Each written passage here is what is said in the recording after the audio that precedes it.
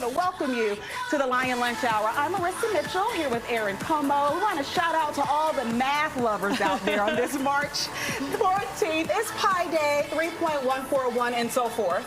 I didn't major in math, so I'm not going to plus it's infinity, but you know what? We're going to take the fun to infinity. Exactly. Here on Lion Lunch Hour. Chef Robbie, happy Pi Day. Thank you for coming in today. Thanks. You brought quite a setup, an award-winning cavatelli recipe you're going to whip up. That's right, and no pie for me today. Right. Saving that for the pie professionals. All right. And no pressure. You know, they always say if you can't stand the heat, get out of the kitchen. But you brought the heat into the kitchen and won the grand prize. So I'm glad to have you. Hey, I'm happy to be here. Thanks for having me. It's you know, it's always a pleasure to hang out and be back in my home turf. So that's wonderful. Awesome. We're going to show some for all our Maryland crab cake lovers out there his recipe, and it's got a lot of secret hacks for home chefs out there. We're going to whip up. Look at that. Yeah, so what we have here is we have, you know, obviously we want to do Maryland crab when it's in season. When it's not, you know, good pasteurized crab meat is just fine.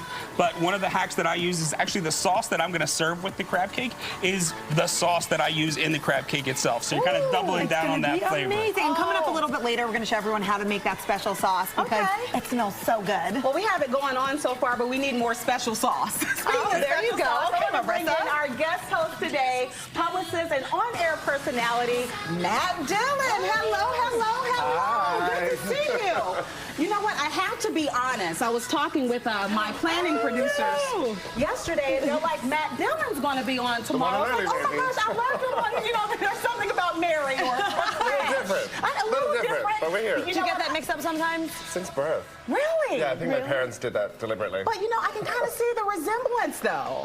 And that's a good thing, right? I'll take it. Nothing like a compliment to kick off the hour. Let's do this. Yeah, well, it's good to have you here. We're going to have a lot of fun. So let's just jump in with our sizzling topics, and we're going to come in hot today with our chef. Check this out. Welcome to the pressure cooker. Hello, hello. Living in a house with a bunch of chefs. $100,000 is on the line, and based on skill alone, I got this in the bag. Impressing your peers will play a big part in your success or failure in this house because you won't be judged by a panel of celebrity chefs. You'll be judged by each other. Literally, the game just shifted. Do we vote on the dish, on threat level, on the alliances? Now we got to get cutthroat immediately.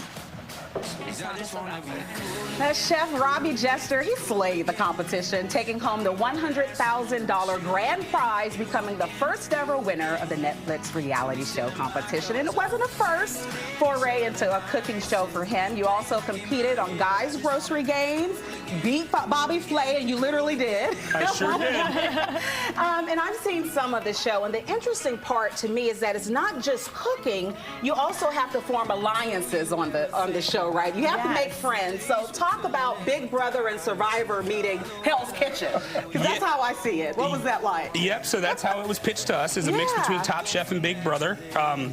So, you know, really it was, people ask all the time, like, was it any of it scripted or anything like that? No, we literally did not know how we were going to be judged, how every competition was going to go until the ticket printer ran.